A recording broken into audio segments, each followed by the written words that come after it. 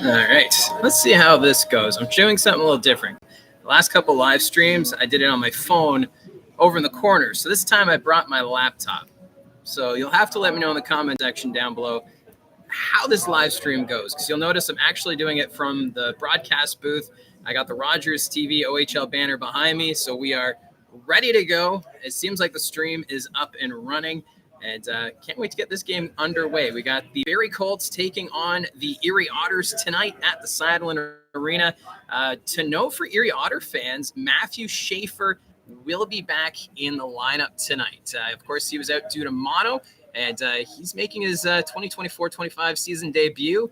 Matthew Schaefer expected to be one of the top draft picks in the 2025 NHL draft, so we'll get our first look at him. I wouldn't expect him to have a big night here, but you just never know. Just that the adrenaline, the excitement to get back in the lineup. We'll have to wait and see. Sometimes it takes a few games for a player to get back in the swing of things, especially after dealing with mono. So Matthew Schaefer is in the lineup. Starting in goal for the Erie Otters tonight, we're going to have Noah Erlidson. I'm going to have to talk to Sean Bednar to get the pronunciation correct on that one before we go to broadcast. But also to note, Barrie Colts, they will have Beau Jelsma back in the lineup. So the Barrie Colts captain back after suffering that shoulder injury at Pittsburgh Penguins camp. So it's nice to see these lineups coming into shape. This one should be a good one because both teams expected to be contenders in their respective conferences. The Barrie Colts in the East and the Erie Otters in the West. So we'll see how this all transpires. So hopefully your evening is going well tonight. If you're coming to the game, remember puck drop is at 7 o'clock. If you're not able to come to tonight's game, it's going to be a 7 o'clock puck drop on Rogers TV. And I do believe this is the CHL game of the week. So you might be able to tune in for free if you're streaming at CHL TV. So this is exciting because I can actually see the comments more so than last time. Last time I had Thomas West actually forward me screenshots of the questions, and I can see Matthew is already here on the live stream. Welcome, Matthew, and asking if I can show the Erie Otters locker room. Not able to do that right now, especially since I'm in the press box. But the Erie Otters, they are here. They actually got here before 4:30. Usually the visiting team doesn't roll in until closer to 4:45. So the Erie Otters already here, and Matthew's also asking if I can show the scoreboard. Well, I can do that. Let me just move my camera here. So you'll see, this is my vantage point. My webcam doesn't really do justice showing the scoreboard, but that's center ice right now. You can see we got a couple of Barrie Colts warming up, and Erie Otters also on the other side. So things, this is just the quiet time before the teams get underway for warm-ups. Of course, we're not going to have the warm-up until probably an hour from now or so. But yeah, it should be good. Braden's asking, who's your players to watch tonight? Well, for the Erie Otters, I'm excited to see Martin Misiak. Misiak, the Chicago Blackhawks prospect, he's off to a hot start this season for the Erie Otters. Keep an eye on him. I really enjoy this Erie Otters team. I've been watching a couple of their games, and Misiak stands out. Kerry Torrance, another notable on this team. But I'm going to be really curious to see what Matthew Schaefer does tonight in his first game. So there's a lot of hype. He got that A rating from NHL Central Scouting this week, so we'll see how that all transpires. But those would be my players to watch on the Erie Otters. For the Colts, Kayshawn Aitchison, he is back from his 2-game suspension. He also got an A rating from NHL Central Scouting, so a couple of potential top 10 draft picks in tonight's game between the Otters and the Barrie Colts. So those are probably two players to keep an eye out, especially with just the hype. And I would expect there's going to be quite a few scouts here at tonight's game wanting to take a look at both Kayshawn Aitchison and Matthew Schaefer both being in the lineup. So we'll have to wait and see how that all goes. Of course, this is the start of a 3-3 for the Barrie Colts. So tonight they're here at home. Tomorrow, their first trip officially to the CAA Center to face the Brampton Steelheads. And then Saturday, back here at home to take on the Guelph Storm. Well, the Erie Otters, after tonight, they have to go down to the Odd to face the Kitchener Rangers and then host Kitchener on Saturday. So both teams kicking off a 3-3. So it's going to be interesting to see because obviously you want to pace yourself and you don't want to put out too much effort here tonight where then you're going to be affected for tomorrow night's game. But these are two very talented teams. Stan Butler, of course, the head coach of the Erie Otters, a veteran coach that has gotten the best out of his teams in the past, and of course Marty Williamson for the Barrie Colts. So we'll see what happens here tonight. Matthew's asking if I'm going to add a video at the end of the game. Yes, you can expect a recap video post game. I'm going to hopefully continue doing that during the regular season. It's been interesting to see how the view counts have gone since the home opener, which is fine. I know that there's more excitement once the season begins, but then as the season progresses and the games are kind of becoming more routine, the view counts start to dip a little bit. But once we get closer to the playoffs and the games get more intense, obviously the views will pick up. So I will look to continue that. And yeah, I'm hoping to also do a couple of road games. So when I do those road games, I'll also do recap videos. I had planned to go to the game tomorrow in Brampton, but my kids are doing a piano recital, so I can't miss that. So that's why I will not be at the game tomorrow night in Brampton. But Colts, they play 3 games in Brampton, so I'll definitely make at least one of those trips. My prediction for tonight's game, I'm expecting this one to be pretty tight. These two teams, very solid, great defense as well. Colts, they've got the solid back end. Now they got Kayshawn Aitchison back.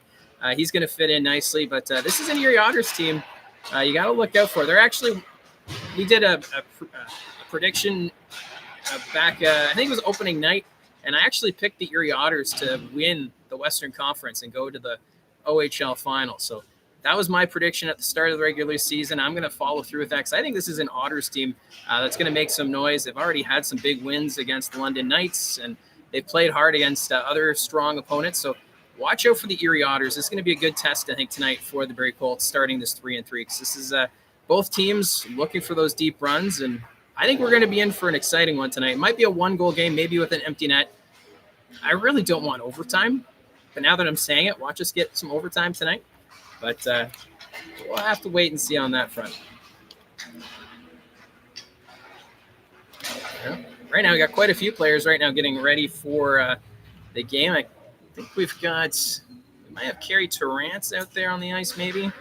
But, yeah, everyone's getting ready for a big game. And, of course, the news, I guess it was yesterday, it was more so announced, Callum Ritchie back with the Oshawa Generals. So Oshawa, of course, getting a little more stronger now that Ritchie's back in the lineup. I was kind of surprised he only got the 1 goal with the Colorado Avalanche because the Avalanche, they were kind of struggling there to start the regular season. But I think it's probably best for Callum Ritchie to be back in junior. But still, it just means that that team in Oshawa, a team to look out for in the East. Because everyone keeps talking about the top 4 in the East. You've got Brampton, Barrie, Brantford, Oshawa. Those 4, as the season continues, they're going to be really pushing hard. And now that Callum Ritchie, another piece back, it sounds like they're still holding out hope that Robrick will return to the lineup for the Oshawa Generals. Of course, he would be an overager, and then they'd have to figure out what to do with the overager situation, but they're still holding out hope that Robrick will return to the Oshawa Generals lineup, so give that time.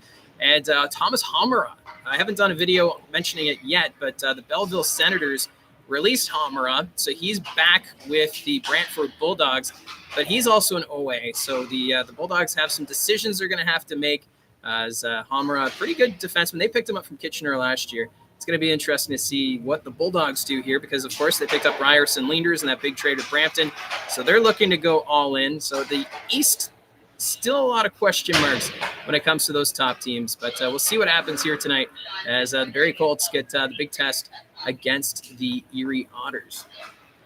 So I think I mentioned the starting goaltender for the Otters. No surprise, Sam Hillebrandt, he's going to be getting the start tonight for the Barrie Colts.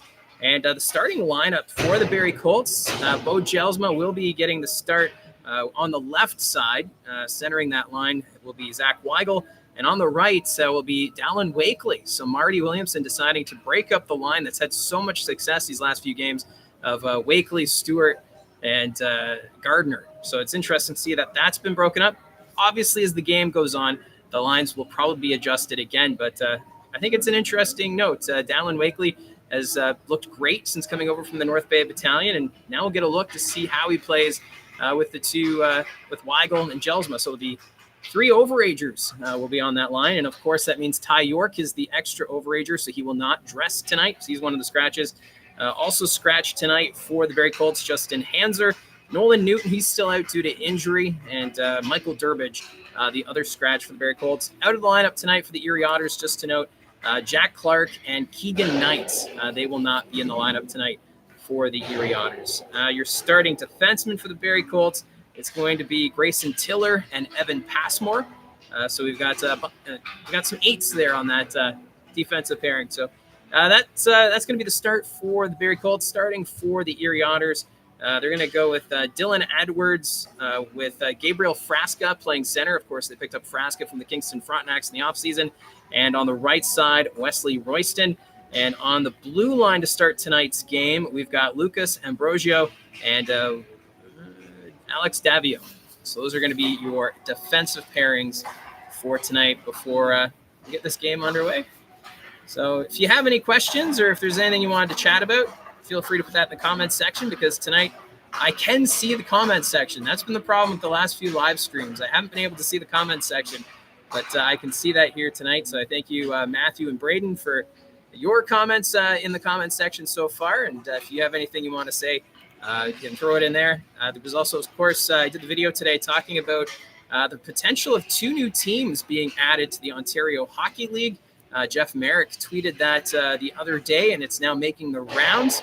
So if you haven't seen that video, I suggest check it out. I kind of give what the OHL would look like if they added the 2 teams. Of course, that's the Muskegon Lumberjacks and the Youngstown Phantoms, which are the 2 teams that have had talks with the OHL, according to Jeff Merrick. I'm not too familiar with those 2 communities, but looking at the geography, Youngstown seems like it'd be a good fit for the Ontario Hockey League. It'd be in Ohio, so that'd be the first team in that state from the Ontario Hockey League. And Muskegon, of course, on the west coast of Michigan. So that would be 3 OHL teams in the state of Michigan, if in fact that does go through. We haven't had official comment yet from the Ontario Hockey League, but it seems as though Jeff Merrick has been spot on with some of his reports of late. He talked about Quentin Musty, of course, not reporting to the Sudbury Wolves. Mike Greer actually had a statement the other day saying that he wants to see this situation settled as soon as possible. And he's been in contact with Quentin Musty's agent, trying to understand what's actually going on with the Sudbury Wolves forward. But you got to give credit to the Sudbury Wolves standing their ground, saying that, they've got a spot for him. They've got the new coaching staff, and they feel like they've got a team that can help him develop as he prepares to join the San Jose Sharks. But he says he doesn't want to go to Sudbury, and Mike Greer, the general manager of the Sharks, basically saying you better get on the ice or you're not going to be playing for Team USA at the World Juniors. So that's what it's come down to. I'm sure we're going to get some answers soon, because for Quentin Musty, he's not going to want to miss out on representing his home country at the World Juniors. There's been speculation about teams in the Western Conference that have expressed interest in Quentin Musty, but at this point, nothing has come about as of yet. But time will tell. I think Quentin Musty's situation will get solved sooner rather than later. I know the Sudbury Wolves are looking for probably a similar package to what the Oshawa Generals received for Colby Barlow, would be my assumption. Also, Carson Rakoff went for quite a few draft picks in that trade. So the Sudbury Wolves, I think, are holding out for something in particular. I think they would have preferred if they moved Quentin Musty at the OHL trade deadline, because at the trade deadline, that's, of course, when you could get a first-round pick in return. So you can't trade 16-year-olds in the OHL unless they were a first-round pick, and you can only do that at the OHL trade deadline. So it seems as though that might be what the Sudbury Wolves are waiting for, but time will tell. If they can get a package deal, that'll really throw them into a good rebuild, much like the Owen Sound attack, then you have to figure they're going to jump on that. So that's the latest on those news items. It's been quite interesting just seeing how things have been developing in the OHL these last couple of weeks. We had Brian Crawford on last week, the new OHL commissioner. He was here at the Saddleland Arena. He's making his trip across the Ontario Hockey League. His goal is to visit all 20 rinks, as this was his 5th visit of 20 when he was here last week. And he talked about the growth of the game, talked about expansion. He said that the league is looking to grow, and they're going to explore those avenues, but nothing has been confirmed yet. That's why now seeing that news about Youngstown and Muskegon has been very interesting. So keep a close watch on that. If I get any updates on that, I'll definitely post a video or talk about it here on a future live stream. So right now we are at 5 o'clock, so we're 2 hours away from puck drop here tonight between the Colts and the Otters, and I still got to set up here, get things ready to roll, but thanks for those who tuned in. I think I'm going to wrap it up here so I can get my spot figured out and also make sure that I don't take up too much space from Gene when he gets up here, because my laptop actually takes a little more space than I thought it would. But anyways, thanks for those tuning into the live stream. It's short and sweet, which is nice. And if you have any questions later, post them down below, and I'll see if I can answer those in the next live stream or in an upcoming video. So again, thanks very much for tuning in. Stay tuned for after the game. As Matthew asks, I will be doing a recap video after tonight's game once things wrap up here between the Otters and the Colts. Puck drops at 7. It's going to be on Rogers and CHL TV.